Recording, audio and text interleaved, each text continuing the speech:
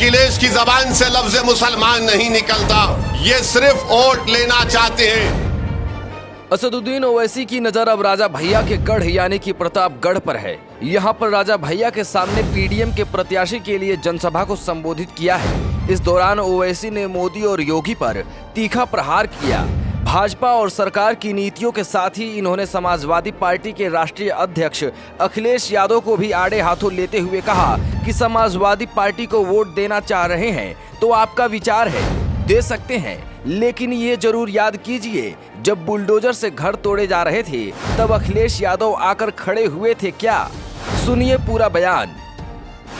2014 का लोकसभा का चुनाव, 17 का असम विधानसभा का चुनाव, 19 का लोकसभा चुनाव और 2022 का विधानसभा चुनाव।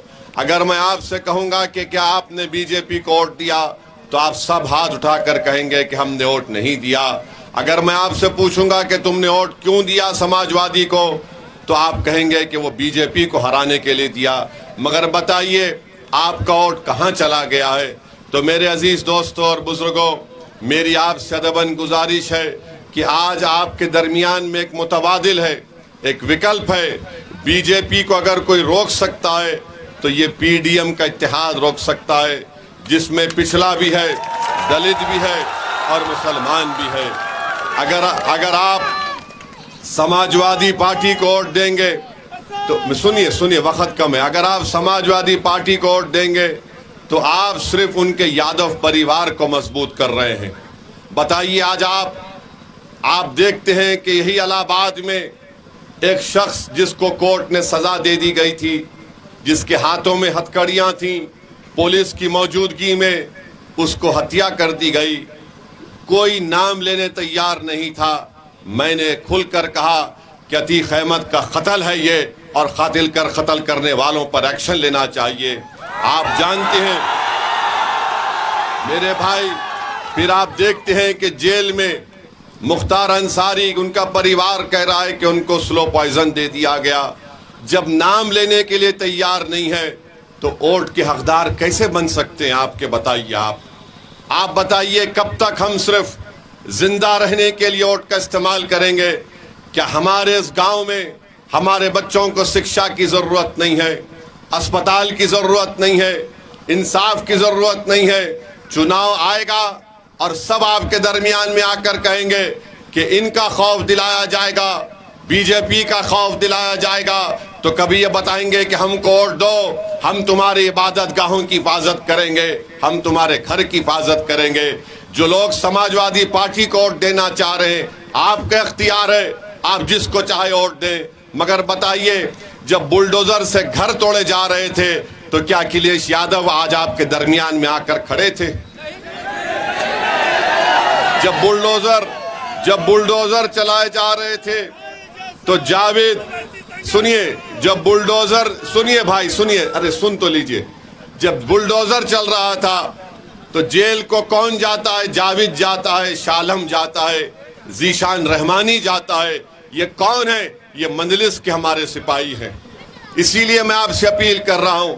अब रहा सवाल कि प्रधानमंत्री जो बार बार ये भाषण देते हैं कि बच्चे ज्यादा पैदा कर रहे हैं, प्रधानमंत्री आपके खुद 6 भाई हैं। अमित शाह के 6 बहनें हैं। प्रधानमंत्री ये भूल जाते हैं कि भारत सरकार का डेटा यह कहता है कि मुस्लिम खवातीन का, महिलाओं का TFR रेट गिरा है। हम भारत के प्रधानमंत्री को पहले भी कह चुके और आज भी कह रहे हैं कि हम किसी के गले से उतरा हुआ मंगलसूत्र लेने वाले नहीं हैं। हम उस मंगलसूत्र को बचाने वालों का नाम मुसलमान है। प्रधानमंत्री कहते हैं कि मंदिर को ताला लग जाएगा। प्रधानमंत्री कभी हमारे साथ चलो, आप उत्तर प्रदेश, हम आपको ऐसे फैक्ट्री दिखाएंगे कि तुमने रातों रात 500 की नोट को गायब तो कर दिया, मगर तुम्हारे इस फैसले की वजह से पूरे भारत में, उत्तर प्रदेश में फैक्ट्रियों को ताला लग गया। गरीब परेशान आज भी है, कर्जों में डूब चुका है। प्रधानमंत्री ने कहते हैं कि ताला लग जाएगा। अरे बताओ, तुमने पूरे भारत में चंद घंटों में लॉकडाउन का ऐलान कर दिया, तुमने पूरे भारत को ताला लगा दिया।